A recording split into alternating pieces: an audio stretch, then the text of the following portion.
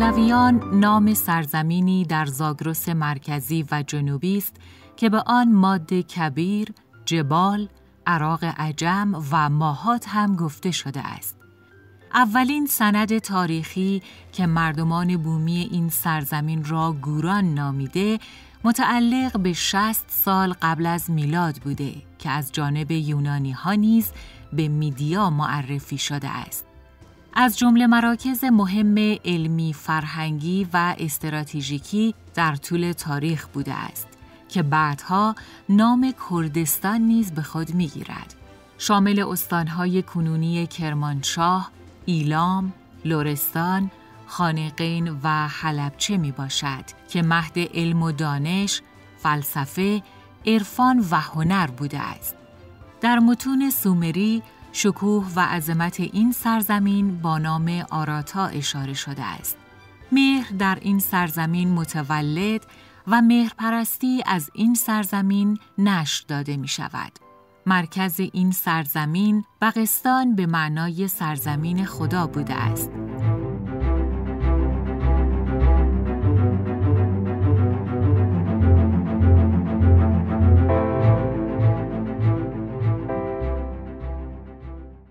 از زمان ایلامی‌ها، کاسی‌ها، لولوبی‌ها و مادها دارای حکمت و فلسفه‌ای مختص به خود بوده که توسط فیثاغورس و سایر مغان کرپن مادی به اروپا برده می شود و بعدها در قرن ششم این فلسفه توسط سهروردی به حکمت اشراق نامگذاری می گردد. بر اساس کاوش‌های باستانشناسی و زندگی انسان‌های نئاندرتال و بودن تمدن آراتا، زروانیگری، محل استقرار کشتی نوح، زادگاه کاوه آهنگر و بسیار شواهد دیگر در این سرزمین همتراز با دره سند و تمدن مصر موجودیت داشته است. یارسان‌ها را می‌توان نمونه زنده از همان حکمت و باور خسروانی و افکار مغان مادی دانست که پاسدار فرهنگ و ارزش‌های باوری سرزمین آریایی بودند. اسطوره، هنر، عرفان و شاهنامه ایرانی در این سرزمین، یعنی سرزمین شهریاران و پهلوانان، نسج و نشأ گرفته است. زبان پهلویات گورانی را به مقام، شعر و لحن ارامنی تبدیل می کند تا از جمله شاخصه‌های فکری فرهنگی این مرز و بوم به شمار آید. پهلویان مردمان گوران، دملی، هرامی، لک، کلهر، فیلی و ایلامی، زنگنه، گروسی، چرداولی، کلیایی، اردلانی، سنجابی، شبک، باجلان و سایر مهاجرین را شامل می گردد.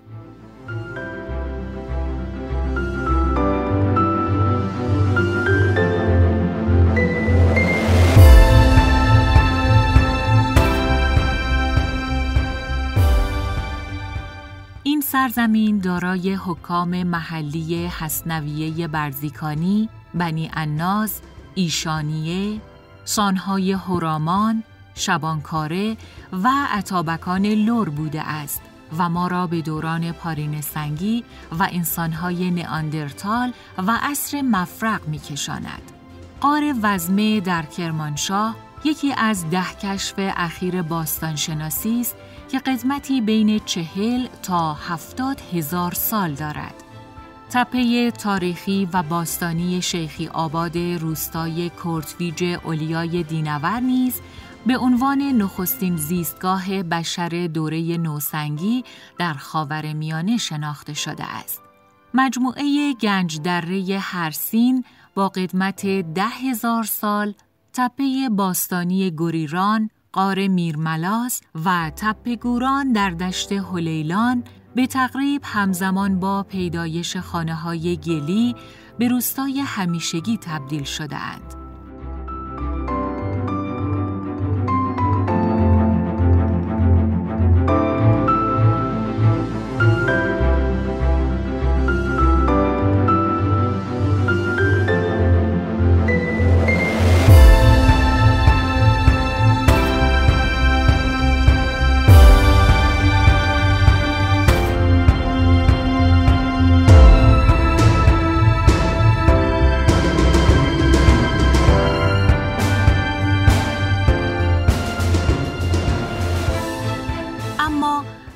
از کاوش‌های مرتبط با انسان‌های نئاندرتال بگذریم، می‌توانیم به کاوش‌هایی اشاره کنیم که اثبات کننده وجود تمدن در سرزمین پهلویان بوده است. تمدنی که قبل از سومر بوده و می‌نمایاند که پهلویان سرزمین انسان‌های نخستین و صاحبان علم و دانش و پرورش دهنده اسطوره و در برگیرنده میتولوژی نجد ایران بوده است. برای اثبات ادعای فوق می توانیم هر دو روش کوالیتاتیو متد و کوانتیتاتیو متد را مد نظر بگیریم. منابع اولیه همچون آثار باستانی، متون کهن و منابع تحقیقی. دوم، شواهد و قرائن موجود در سرزمین کنونی، تحقیقات میدانی و آنچه که در زندگی مردم این سرزمین در جریان است، گواه و مؤید این ادعا و منطبق با تمام منابع موجود است. سومری‌ها در متون خود به قومی اشاره کرده‌اند که آن قوم در زاگرس زندگی می‌کرده‌اند، در سرزمینی که بعدها به پهلویان نامگذاری می‌گردد. آن قوم آراتا نام داشته است. آراتا نام سرزمینی است که در منابع سومری و همچنین منابع اکدی به آن اشاره شده است و آن را این چنین توصیف کرده اند: سرزمینی پر از طلا، نقره، سنگ لاجورد و صنعتگران زبردست. سرزمین دوری که به سختی میتوان به آن رسید. سرزمین الهه اینانا که وفاداری خود را از آراتا به اروک میرساند. این سرزمین توسط آنمرکار اهل اروک فتح شده بود. سومریان در جستجوی به کار گرفتن صنعتگران آراتا برای ساختن زیگوراتی مشابه زیگورات آراتا بودند که برای اینانا الهه نیکی ساخته شده بود. سرزمین آراتا که در نوشته‌های سومری و آکدی به آن اشاره شده، دارای پیشینه و علم بوده که سومری‌ها برای تکمیل دانش خود به جستجوی متخصصین این سرزمین بوده‌اند. بین متخصصین باستانشناس گمانه‌های متفاوتی برای تشخیص سرزمین آراتا بیان شده است. عده‌ای آن را در کشور اوکراین کنونی دانسته‌اند. عده‌ای دیگر آرارات را در ترکیه برای سرزمین آراتا نامزد کرده اند و عده‌ای هم آن را در ایران و سرزمین پهلویان دانسته‌اند و عده‌ای دیگر هم آن را به تمدن جیرفت گره زده اند.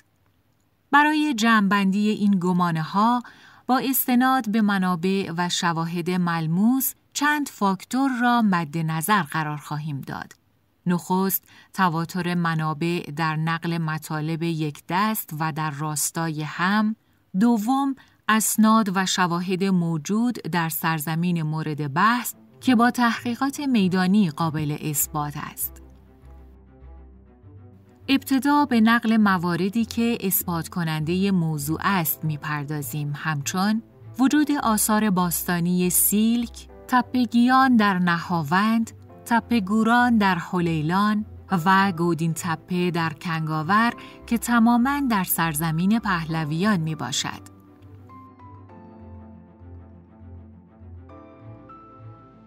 دوم، کتب کهن و منابع دست اولی که به سرزمین پهلویان اشاره داشته اند که حکایت کاوه آهنگر و فرود آمدن کشتی نوح در این سرزمین را گواهی کرده اند.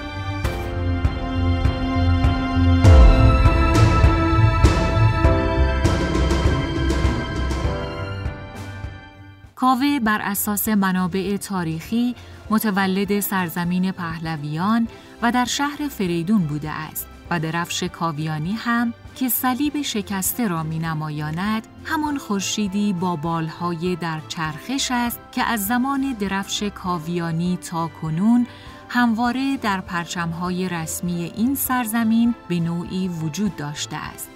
این خورشید یا گردونه نماد اصلی پهلویان به حساب می آمده که نمادی از نوزایی و یا دونادون است که در مبحث حکمت خسروانی در کتاب پهلویان شرح داده شده است. سوم، وجود مردمانی که همان عقاید و باورهای کیتن یا فر ایزدی را هنوز معتقد هستند و با همان اسلوب و شیوه زندگی روزگار می‌گذرانند. مردمانی که یارسان نام دارند و پس از هزاران سال هنوز بر حکمت خسروانی پایمردند و بر آن احتمام می‌ورزند.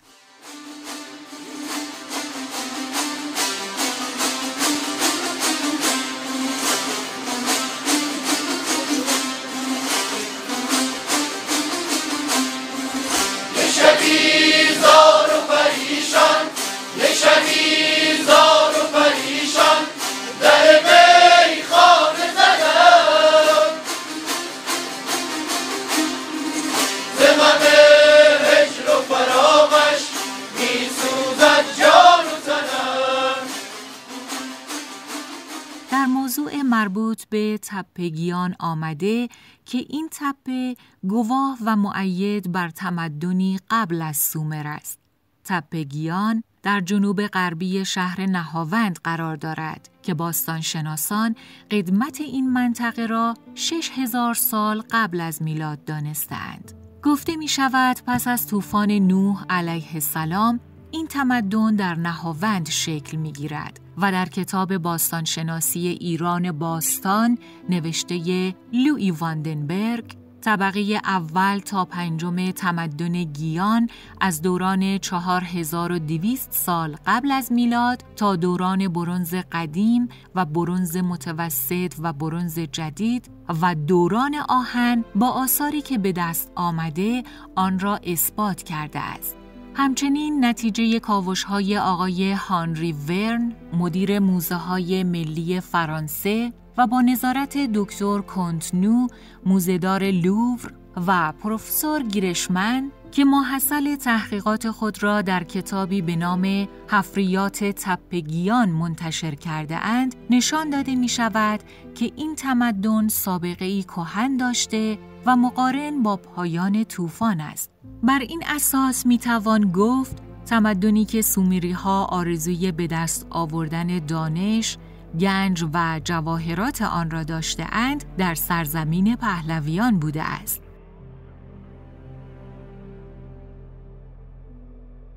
برخی با احساسات و صرفاً بر اساس همسانی چند واژه در تلفظ سعی دارند که کردهای کرمانج و بعضاً سوران را به سومری‌ها برسانند که این مهم نمی‌تواند دلیلی برای اثبات ادعای آنها باشد، زیرا ناحیه همگرایی زبانی در این دوران گواهی شده است و محققین از این همگرایی زبان دست کم در بین مردمان سرزمین‌های مجاور میان رودان صحبت به میان آورده‌اند. همچنین هینتز اشاره به گلنوشته‌هایی از خط پرتو ایلامی در تپه ملیان فارس، تپه سفالی و شغالی پیشوا و شوش، تپه حصار دامغان و در گلنوشته‌های تخت جمشید اشاره می‌کند که با گلنوشته‌های سومری مناسبت داشته است.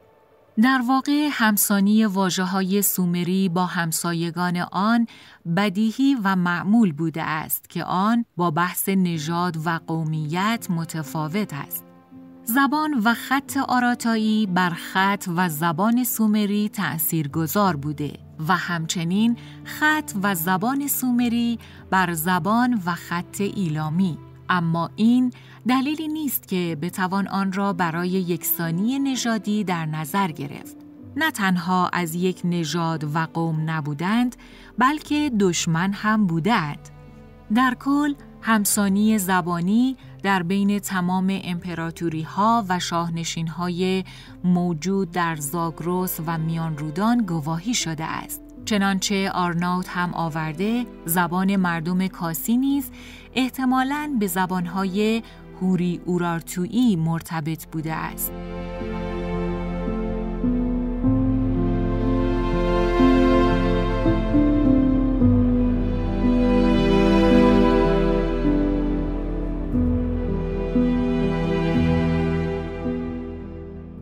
بیجی کوربین عضو تیم کاوش‌های باستانی چارلز ویلیس 1988 در کوه آرارات و تیم‌های کاوش چاک آرون 1989 و شوکی 1990 یکی از دانشمندان عرصه باستانشناسی مردمان سومر را مهاجرینی از سرزمین آراتا می‌داند که از سرزمین پهلویان کوچ کرده و به بین النهرین رسیده اند.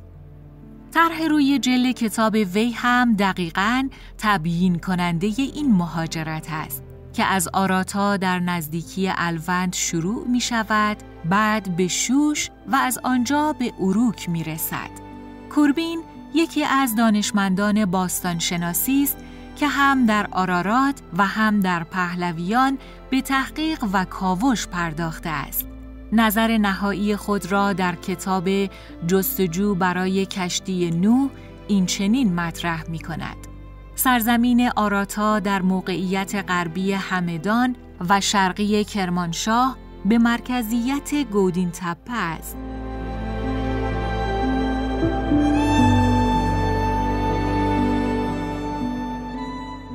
سرزمینی که بر اساس تحقیقات محققینی همچون وادیل، مکبورنی، کویندالی، مکگاورن و بسیاری دیگر برای نخستین بار اسب و بز در آن اهلی می‌گردد. کشاورزی در آن رونق می‌گیرد و تولید اولیه شراب در آن شکل گرفته است و البته اسناد تاریخی این ادعا نیز بر صخره‌ها و غارهای این دیار نقاشی شده است.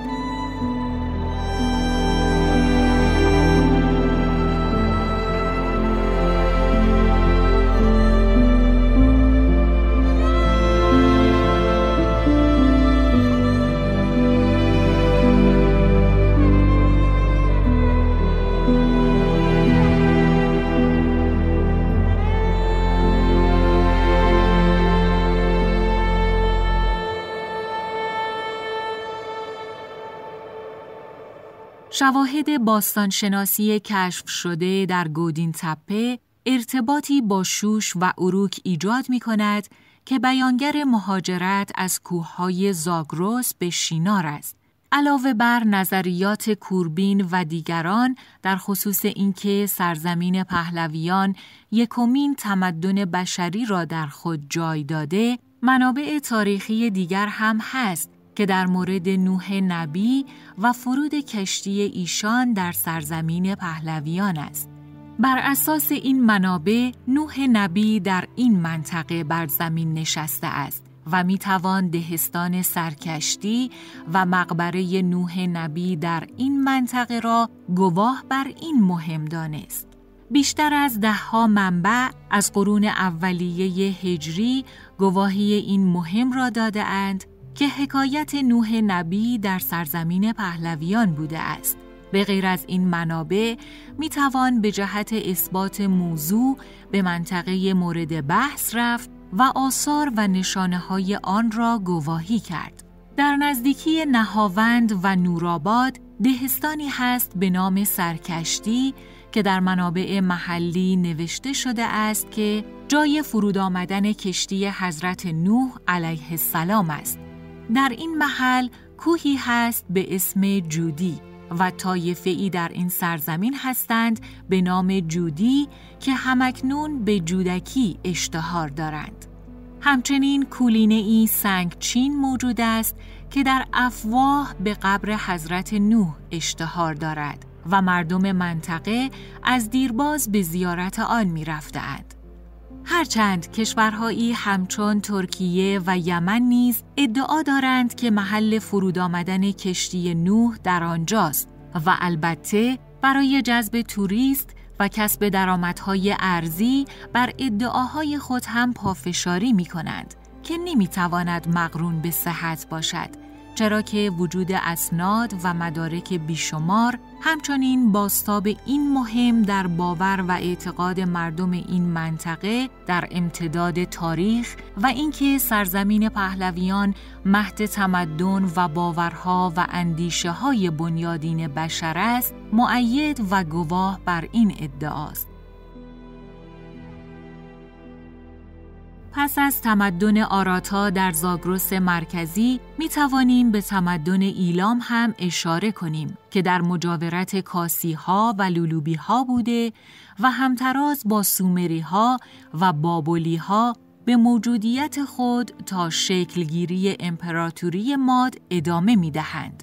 این مردم دارای بافتی فکری فرهنگی باوری خاص بوده اند که به حکمت خسروانی اشتهار دارد، به گونه‌ای که در تمدن ایلام به فر ایزدی کیتن می گفتند و معتقد بوده اند که پادشاه نمی تواند حاکم باشد. این شیوه فکری بعدها توسط شیخ شهاب الدین سهروردی به شکلی ناتمام تدوین می گردد و تحت نام حکمت الاشراق معرفی می شود. شیخ شهاب الدین خود از گورانان سرزمین پهلویان بوده و عنوان کرده که این فلسفه را از مردمان کوهستان یعنی پهلویان فرا گرفته است. متاسفانه این فلسفه و حکمت در طول زمان مورد بیمهری قرار می گیرد و دستخوش تغییر و تبدیل می گردد. مؤسسه تحقیقاتی یارسان در سوئد برای نخستین بار حقایق تاریخی این سرزمین را باز می‌نمایاند و برای علاقه‌مندان تاریخ و فلسفه روشن خواهد ساخت که زیربنای علم و دانش و حکمت و فلسفه در دنیا مردمان پهلویان بوده‌اند و حتی بر موجودیت تمام ادیان الهی نیز تأثیرگذار بوده است. این مؤسسه باز می‌نمایاند که چرا تاریخ این سرزمین زیر هزاران خروار خاک مدفون می‌گردد و در هر عصر و دوره‌ای با نام و داده‌های فکری فلسفی آن دشمنی می‌شود. جلد نخست از کتاب پهلویان چاپ شده است و علاقه‌مندان به جهت به دست آوردن اطلاعات بیشتر می توانند به این کتاب مراجعه کنند و همچنین از طریق همین کانال لیسک تیوی کلیپ های تحلیلی ما را در خصوص سرزمین پهلویان دنبال کنند.